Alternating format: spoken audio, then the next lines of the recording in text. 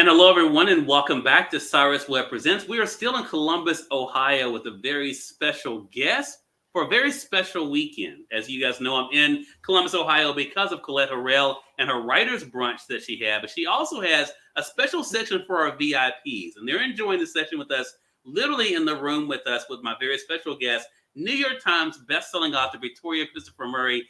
I'm saying that, but you all already know who she is. She's a New York Times bestseller. Her newest book, of course, you guys know her from, is this one, The First Lady. She's gearing up for her next release next year. We're doing something special, though, for the next 10 to 15 minutes. We're actually part of this VIP group where we've been talking about interviewing. So I'm going to try to interview Victoria Christopher Murray, and we're going to be offering tips to those that are here watching, but maybe you'll be able to pick up something as well. We also will let you guys know how to stay connected with Victoria and all the great things she's doing. Victoria, so glad to finally be in the room with you. I know. I can't believe that after all these years, over 20 years probably, yes, we're exactly. meeting for the first time in person. At a place in your career that you are just riding a high right now. Two New York Times bestsellers, I have them both here, the personal library that everybody has and is talking about, and now, of course, the First Ladies. Talk to us about that part. What has it been like for you to look at 2024 and all that's happened in your career? Yeah, you know, it's interesting because I'm an overnight success, right? After about 25 years. But it's been a journey. And even now, I'm not at the destination. Yeah. It's a continuous journey. These are the next steps that should be happening if you work hard. And it's been good. It has been good. You recently spoke, you were the keynote at the Writer's Brunch here in Columbus. And you said a couple of things that I've seen people reposting. I think I reposted it on Facebook, Victoria. And that is, of course, about your desire, the desire that you had, and realizing what you wanted to do with writing and what it took to be able to make this happen. What has that been like for you to share with both aspiring authors, but also those who may feel like they're in a rut? You know what? I think that's probably one of the best pieces of advice someone gave to me, and then I've been able to share, because everyone has the desire to write, but life gets in the way, and life always gets in the way. And so something has to happen to make your desire become greater than your resistance. And as soon as you're able to shift it, that's when your journey will really begin. So for a long time, Cyrus, I think you know that I've been not only writing, but teaching writing and trying to coach people through writing, because I don't think that my journey here on earth is just for me. It does me no good to write these books and then there will be nobody following me, nobody coming behind me.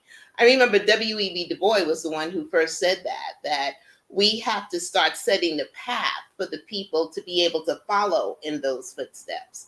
And that's all I try to do.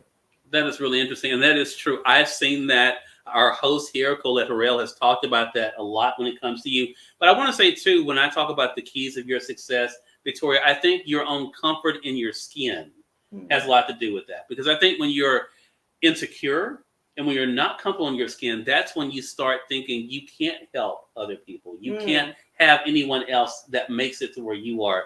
How did you get there? Because not everyone is there. How did you get to a place where you could be comfortable with your success and other people's success? Because I'm a reader, and I'm a person who reads. Before I was writing, I would read 50, 60, 70 books a year.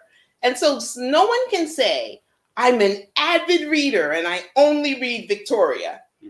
And so if I know there's room for other people, that's very easy for me.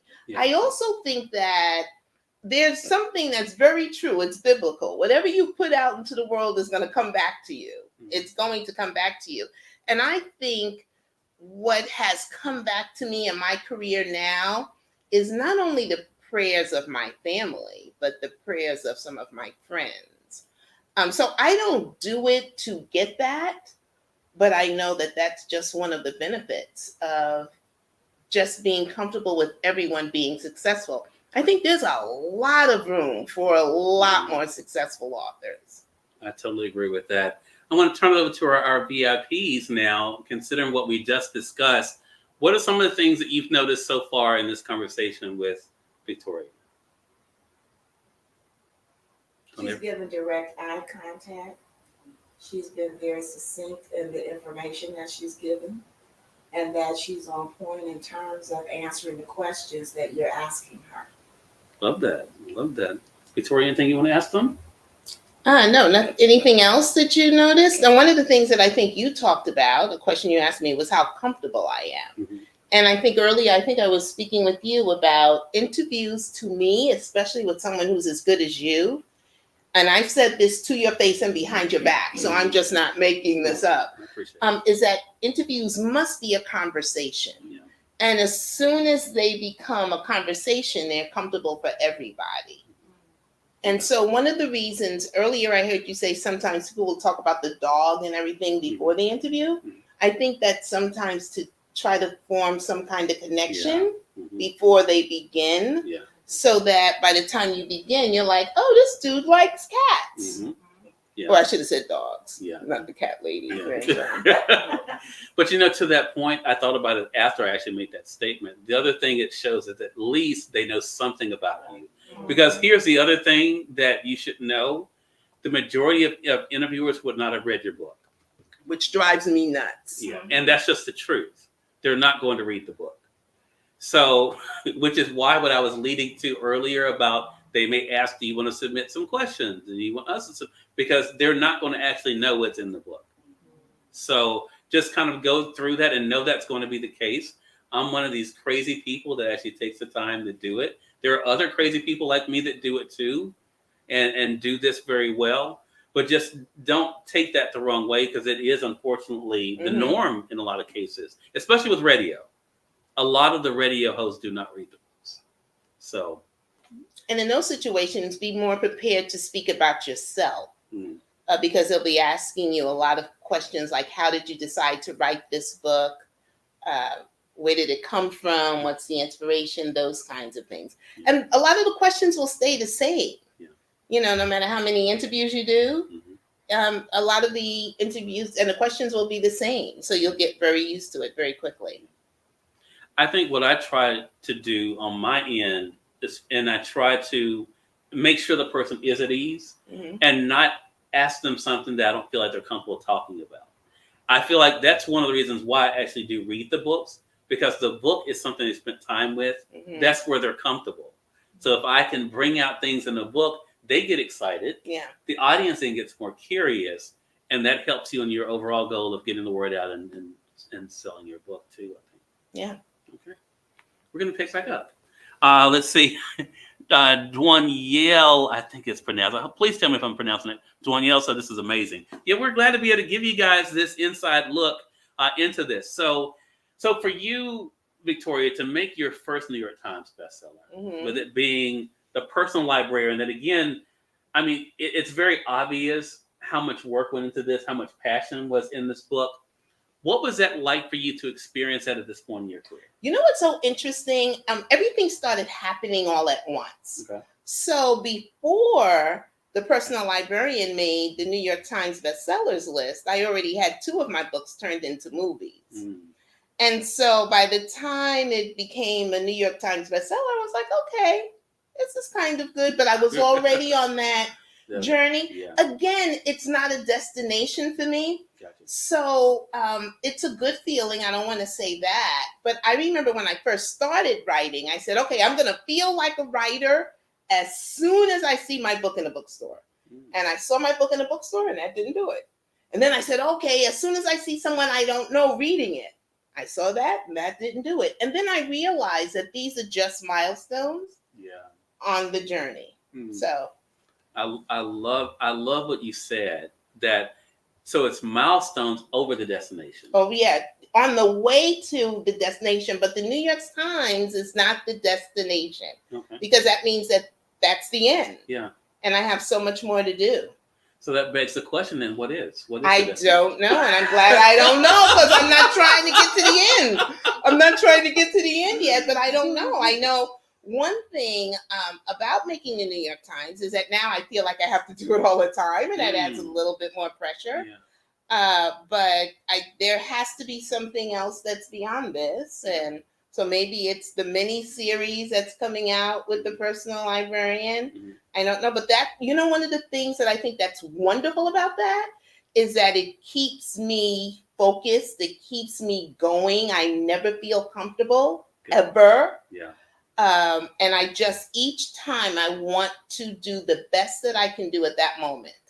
So the stakes keep going up. Love that. I mentioned this weekend that one of my favorite movies is Mr. Holland's Opus. Oh yeah. And I love the ending of that movie where even though he didn't become this big conductor, those students to say, we are your opus. That's right. Now when you look at your audience, how diverse your audience is, how large your audience has grown, what does that say to you about this journey for you when you look at not only the book sales, but the impact you're making with readers? Yeah, so I love readers. I absolutely love the readers because I wouldn't be where I am without them. Sure. But the impact I've made with writers touches me more. Okay. That when I wrote Temptation, there was no other Black Christian fiction on the market, and then every publisher has a Christian fiction line now. Or when I wrote Stand Your Ground, and it was the first social commentary novel, then other people started writing that. And now with historical fiction, there are not enough writers to write about all the Black women who've been hidden in history. Black men and women, but Black women I write about. And so more and more writers are coming along here. That, to me, will be my legacy. Love with that. the writers, With the not with the writers. readers. Interesting. All right. Any points you all picked up on in those questions? Anything in Victoria's responses? Anything that you all noticed? Anything stood out? I got more personal with her. But of course, we also have a history. So a lot of times you will, once you start doing a lot of these interviews, if you have a history with the host, they may go in a place others will not go or know to go. But anything that you notice about how she was able to handle that, even when my question was about one thing and she turned it to, I talked about the readers, she went into the writers. What did you all notice about the way she did that? That was a nice segue into talking about the writers because you still answered his question. Yeah. Mm-hmm. But you also expanded on that question. Yeah. And it kind of branched out a little bit. Yeah, really good. Anything you want to ask them about? No, I can't. I think the thing that I feel very comfortable here speaking with you, but I feel comfortable because I know you. Yeah. I also think it's the more you do it, the better you will get. Yes. So it's like writing. All of this is exercising a muscle. And muscles get stronger by being consistent and consistently exercising. And just knowing that the person that's on the other side there is in your corner, because they don't put everybody on their show. So they're in your corner. So they want you to do well in the interview. All right. So we'll wrap up with this. So I know you're excited about the newest book. I have a new book. Cyrus, I have a new book. You talked about it yesterday at the Writers' Brunch. Talk to our audience about the upcoming My release. new novel. You said I talked about it at the Writers' Brunch. I talk about it every chance I get. You're being kind right now. But my new novel is called Harlem Rhapsody, and it's about the Harlem Renaissance. What a wonderful time, the 1920s, with the food and the fashion and the literature. And it's about a woman by the name of Jessie Redmond Fawcett, who discovered every single Harlem Renaissance writer out there. She discovered Langston Hughes, Countee Cullen, Jean Toomer, Zora Neale Hurston, all of them, every single one. And no one knew her name. And I remember as I was trying to research this book saying, why don't we know about her? And I think she began to become erased from history because of the torrid affair she was having with W.E.B. Du Bois.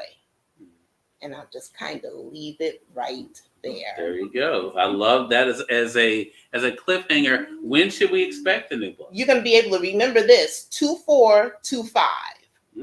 February 4th, 2025.